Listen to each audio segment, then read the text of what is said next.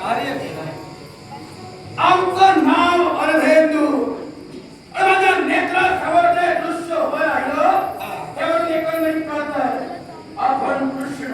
निश्चितच आपण ज्या रक्षणात आला, पण जरी तुम्ही रक्षणात आला असाल तरी तुला सोडणार नाही. हे अर्धेंदू, नकळत अट्टास निर्माण करण्यापेक्षा या गोपाल कृष्णाची ती कन्या होय आणि म्हणूनच सांगतोय नको वितंडवाद निर्माण करू नकोस. कोण असा अपराध माझ्या कन्येनं केलाय आणि म्हणूनच तिला मारण्याचा प्रयत्न तुझ्या करवी करतोय. या विश्वातील कुमारिका कन्या मला संपवायचा आहे आणि हे माझं ध्येय आहे. आणि त्या ध्येयाची हिला मी संपवणार. या विश्वातील समस्त कुमारिका स्त्रिया तुला संपवायच्या आहेत. त्याच्या मुळातील कारण ते काय? कारण येतो या कुमारिका कन्यांच्या भक्ती तत्वातून या अर्धेंदूचा शेवट होणार. हे बळानात आहे म्हणून कुमारिका कन्या निर्माण करू नकोस. या विश्वाच्या काही स्त्रीतत्व सर्वश्रेष्ठ तत्व होय आणि याच्या प्रयोगे करून समस्त कुमारिका स्त्रिया संपवण्याचा हेतू मानलास. हाच हेतू सोडून आपण बोलता बोलून गेला. काय ते विश्वात श्रेष्ठ आहे ते सर्वश्रेष्ठ म्हणजे स्त्री तत्व होय. आता मी हिला इथं मारण्यासाठी आलो म्हणून तुम्ही म्हणाला. निश्चित मग मला सांगा तुम्ही या विश्वास स्त्रीचा शेवट केला नाही. बोलण्याचा म्हणजे अर्थ एकच आठवा तुमचा गतकाळातील प्रसंग. कोणता प्रसंग? पुतळा. त्या पुतळ्याचा शेवट तुम्ही केला. मग तो स्त्री तत्वाचा प्रमाण होता का? ती स्वतः स्त्री होती. मग त्या स्त्रीचा तुम्ही शेवट केला. मग तुम्ही आता कसे म्हणू शकता की तत्व श्रेष्ठ म्हणून? पुतळेचा शेवट मी का केले तू जाणतोयस? आता माझा प्रश्न तुम्हाला आहे. माझ्या प्रश्नाचं उत्तर मला तुमच्याकडून हवं आहे. प्रश्न घेऊन आलाय. ही काही नाही बुद्धीच्या खेळाची वेळ आहे. प्रश्न तुमच्या खेळाची वेळ नव्हे. पण बोलता बोलता तुमच्या मुखातून शब्द बाहेर पडले की स्त्री तत्व श्रेष्ठ आहे का? तर मी स्त्रीला घातक तर ठरतोय. मग जे तुम्ही केला हे तुमचं घातक ठरवलं होतं का? या विश्वाच्या ठाई ज्या पुतळेचा घात माझ्या गर्वी घडला, हा घात मी का केला होता? ज्यावेळी मी बाल्यावस्थेत होतो आणि ही पुतना माझ्या घातासाठी तिथपर्यंत आली होती. ज्यावरती माझ्या घातासाठी एक पुतना आली होती आणि मला मारण्याचा प्रयत्न तिच्या गर्वी घडला होता आणि तोच प्रयत्न हाडून पाडण्यासाठी त्या पुतण्याचा घात या गोपाल कृष्णाने केला आणि या विश्वाच्या ठाई तिचा घात स्वसंरक्षणार्थ केला. पुतना माझ्या घाताचं कारण ठरणं होतं म्हणून समस्त स्त्रियांचा घात मी केला नव्हता. मी तुला मगाच म्हणालो काय ते? ही स्त्री तत्व का संपुष्टात आणतो आहे? तर त्या विश्वाच्या पाठीवर असणाऱ्या कुमारिका कन्या माझ्या सुद्धा मृत्यूचं कारण ठरली आणि म्हणून माझं चाललंय. तुम्ही तुमच्या मृत्यूसाठी भेटू शकता, मग मी काय भेटू नाही. जर तुझा ज्या कन्येकरी मृत्यू होता आणि त्या कन्येने तुझ्यावर घाव करण्याचा प्रयत्न केला होता, निश्चितच प्रतिकार करण्याचं रक्षण तुला होतं. आणि या विश्वाच्या ठाई प्रत्येकाला स्वतःच्या जीवाचं रक्षण करणं हा धर्मशास्त्राचा नियम होय. आणि धर्मशास्त्रामध्ये कुणी स्वतःच्या जीवनाचं रक्षण करू शकतो, पण तू करतोय ते विरुद्ध होय. कारण तुझा घात या कुमारिका स्त्रिया करणार हे तुला ज्ञान आहे, पण कोणत्या स्त्रीकरण होणार आहे तुला ज्ञान नाहीये. मग ते शोध आणि त्या स्त्रीला शोधण्यासाठी पुढे माझ्या नेत्रासमोर मरण येणार नाही. तर का मी साऱ्या कुमारिका कन्या संपवल्या, मला मरणाची भीती राहणार नाही आणि पुन्हा हे सारा विचार आणि तेव्हा संबंध रे तू स्वप्न पाहतोय ते या विश्वाच्या ठाई कदापि सत्य होणार नाहीये. कारण या विश्वाच्या ठाई स्त्रीविना पुरुषार्थाला कोणी मोडले नाही आणि या विश्वाच्या ठाई पुरुषाविना स्त्री तत्वाला मोडले नाही. आणि म्हणूनच ही दोन्ही तत्व राखण्यासाठी आमचं देवतत्व कार्यरत आहे. आणि तेच सांगतोय या विश्वाची आशा बाळगली ती सोड, अन्यथा हीच आशा तुझ्या विनाशाचं कारणीभूत आहे. मी विरोध तरी चालेल, पण उचललेलं पाऊल केव्हा माघार घेणार नाही.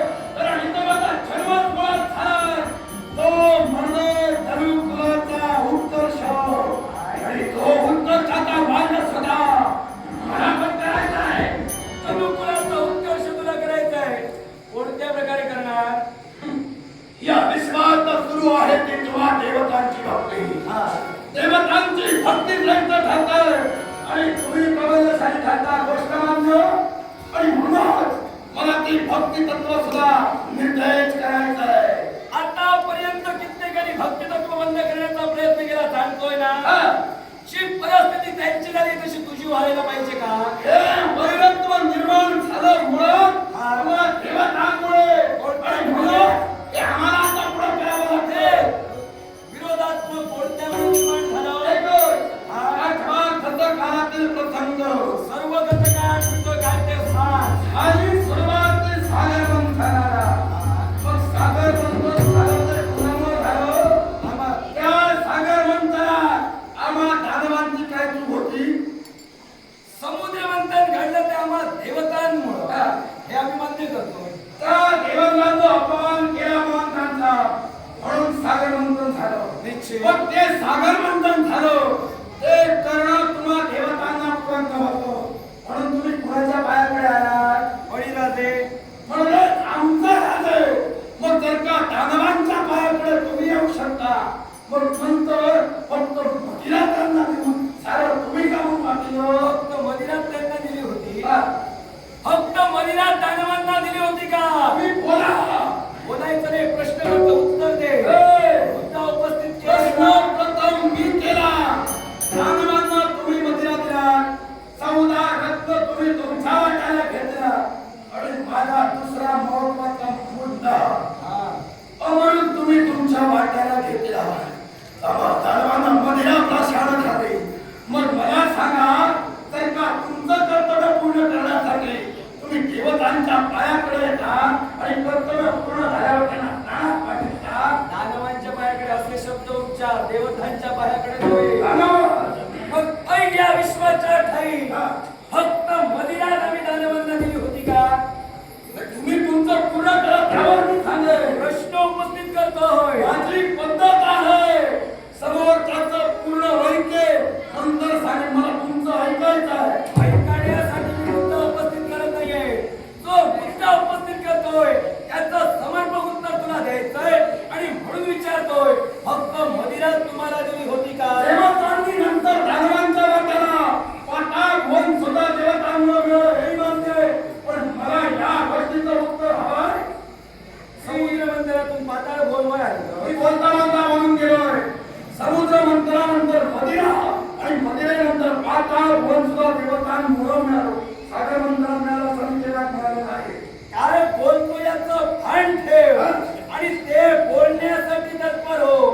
माझा मुद्दा उपस्थित केला म्हणून माझा प्रश्न उपस्थित झाला. कारण प्रश्न माझा कोणता असेल? लक्ष्मी, कौस्तुभ, पारिजात गणी कसुरा, धन्वंतरी, चंद्रमा, रंभा आणि ऐरावत, विष आणि अमृत, कामधेनु, शंख आणि धनुर अशी 14 आणि कामधेनु अशी 14 रत्न या समुद्र मंथनातून बाहेर आली. ही रत्न कोणाची होती? आम्हा देवतांची. अर्थात ते समुद्र मंथन घडावून आम्ही तुमचं सहकार्य घेतलं. ज्या दानवांचं सहकार्य घेतलं तो बळीराजा कसा होता? दानशूर होता ना? की तुमच्याप्रमाणे होता भक्तिबंध करणारा? आम्ही भक्तिबंध करणारे त्यासाठी झालो, कारण तुम्ही बोलता बोलता म्हणून गेला 14 रत्न देवतांची होती. तुमच्या चुकीमुळे ती सागरात मिळाली. मग जर का आमच्या सहकार्यानं ती तुम्हाला पुनश्च मिळाली, मग मदिरेत सुद्धा तुम्ही एवढं ते ज्ञान बोलतोय, हे ज्ञान तुला कोणी दिलं? शुक्राचार्य. मग त्या शुक्राचार्यांना जाऊन इथं घेऊन ये. ते अर्धवट बोलतोयस ना, त्याची वाच्यता मला त्यांच्याकडे करायची आहे. कारण अर्धवट ज्ञान देऊन तुला काही इथं पाठवलं. अर्धवट ज्ञान बोलतो, तर माझ्या प्रश्नाचं उत्तर मला अजून मिळालं नाही. म्हणून मला सांगा, त्या सागर मंथनातून उत्पन्न झालं ते म्हणजे अमृत. निश्चित. पण त्या अमृताच्या वाटणीवेळी तुम्ही काय केला? काय केलं? धर्म के धर्म. धर्म केलं मी पुढे सांगतो. काय केलं ते तू सांग. धर्म के अधर्म तो सांगा.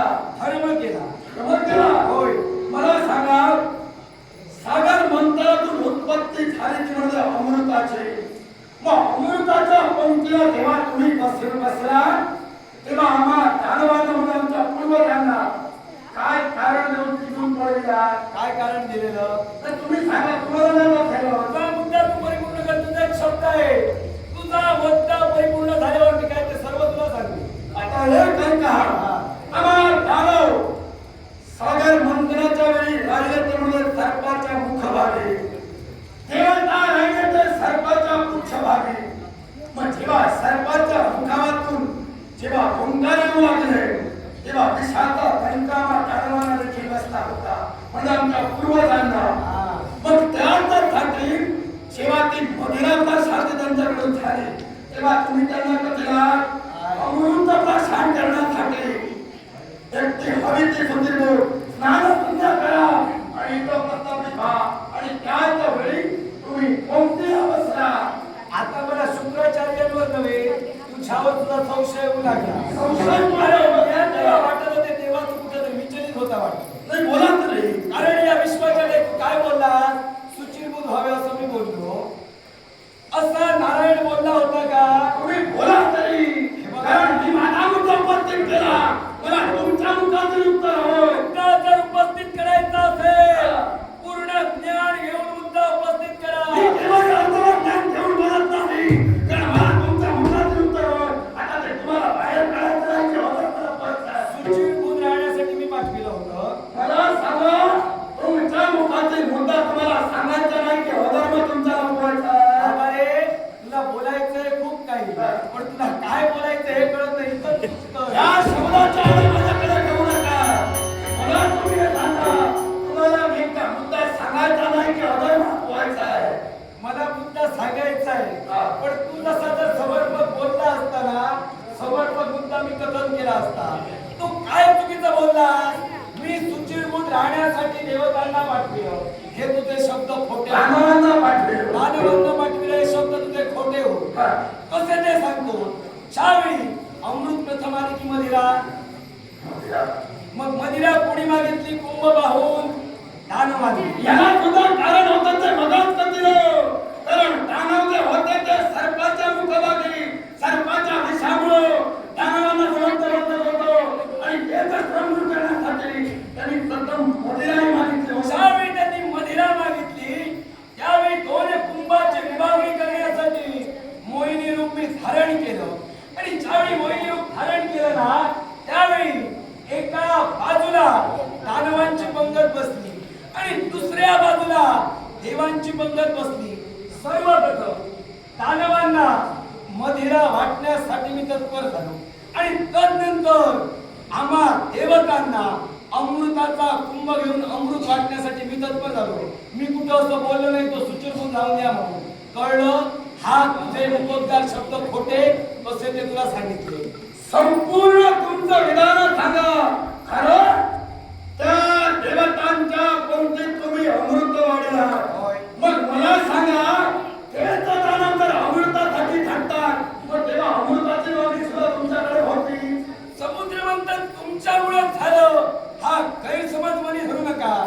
कारण या विश्वाच्या ठाई समुद्र मंथनासाठी वासुकी सर्पाची दोरी मेरू पर्वताची रवी केली गेली. पण ज्यावेळी मेरू पर्वत समुद्राच्या मध्यभागी उभा केला तो स्थिर राहत नव्हता. तो समुद्राच्या तळाशी जात होता.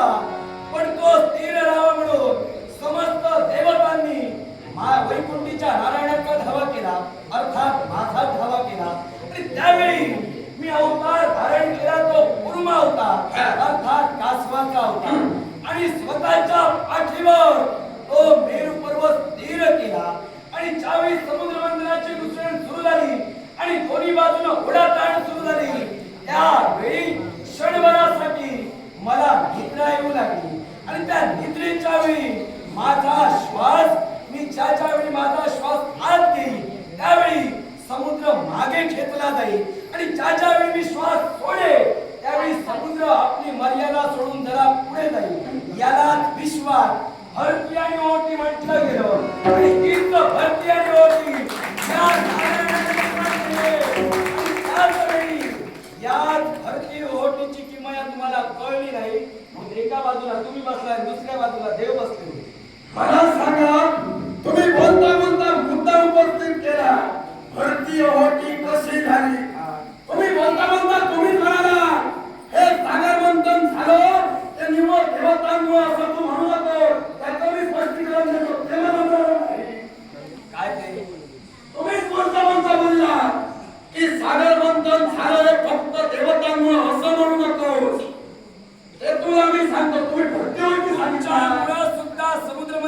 हे मान्यच केलं. त्यावेळी कोणत्या प्रकारे विभागणी झाली हेही तुम्हाला मी सांगितलं. मग तुमचा मुद्दा असा होतो होय, तुमच्यावर संकट येते, तुम्हाला वाटा मिळत नाही पाहायला. संकट माझ्यावर येत नाही. जेव्हा तुमच्या त्याच पंक्ती हा, आमचाच एक पूर्वज स्वर भानू जाऊन बसला. का तर त्यात अमृत कुंभार कुठेतरी आपला सुद्धा वाटा असावा. का तर तो सुद्धा हरिद्वाराच्या उदरासाठी. मग त्याचा घात तुम्ही केला. त्याचा घात का केला? कारण त्यानं आम्हा देवतातील रूप धारण करून तो पंक्तीत बसला होता आणि म्हणून त्याचा घात केला. पण त्याचा घात केला, पण ज्यावेळी त्यानं अमृताचे काही थेंब स्वतःच्या मुखात ठेवले आणि ज्यावेळी मी अमृताची विभागणी करत होतो त्यावेळी माझ्या हाती पळी होती आणि तीच पळी सुदर्शनाच्या आवाहन त्याच्या दिशेनं फेकली आणि त्याच वेळी त्याचा चिरंछेद झाला. त्याला घात केला असं म्हणू नको हा, तो जिवंत राहिला. तो जिवंत राहिला, पण तदनंतर त्याचं सर्व स्वरवानुतत्व नष्ट झालं. पण मला सांगा, तुम्ही म्हणता देवतांच्या बाबतीत तो रूप घेऊन बसला, मग त्यानं तो धर्म केला. मग त्याला मारण्यासाठी तुम्ही मोहिनीचा अवतार धारण त्याला केला. मारण्यासाठी रूप घेतलं असं म्हणू नकोस. मी प्रथमच बोललोय, मदिरेच्या आणि अमृताच्या विभागणीसाठी मी रूप धारण केलं होतं. त्याला मारण्यासाठी रूप चंद्रानं केलं, चंद्रानं केलं आणि चंद्रापर्यंत गती. मग त्याला मारण्यासाठी तुम्ही मोहिनीचा अवतार धारण केला. एका चंद्रानं ओळखलं होतं हा? आणि कोणी त्याला ओळखलं नाही. मग तुम्ही जर ओळखला होता, मग तेव्हा तुम्ही त्याला काढून मी ओळखलं होतं, माझ्या शब्दात नाहीये. मी तुला काय विचारलं? एकट्या चंद्रानं ओळखलं होतं का? चंद्रात सर्वात ओळखीला ते मला सूर्यानं. मग त्याच वेळी तुम्ही त्याला म्हणला. आता म्हणणं एकच, तुम्ही आमच्या पूर्वजांनी म्हणे रूप घेतलं म्हणून अपराध झाला. मग तुम्ही सुद्धा रूपच घेतला, त्याला मारला आणि त्याचा प्रतिशोध करून मी एकालाही सोडणार नाही. त्यांना मारण्यासाठी मी रूप धारण केलं नव्हतं. रूप धारण केलं होतं ते मदिरेच्या आणि अमृताच्या विभागणीसाठी. अजूनही सांगतोय, पूर्ण ज्ञान घ्या आणि इथं उभे राहा. अर्धवट ज्ञान घेऊन दोन कशी पडण्यापेक्षा स्वतःचा विचार करा. कोण नसेल करणारा नव्हे. तुला सेवा करून अवलादाला तुझा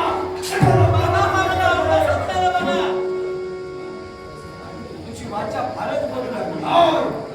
आणि या वाचेला कुठेतरी लगाम घातला पाहिजे. ते तुम्हाला केव्हाही शक्य होणार नाही.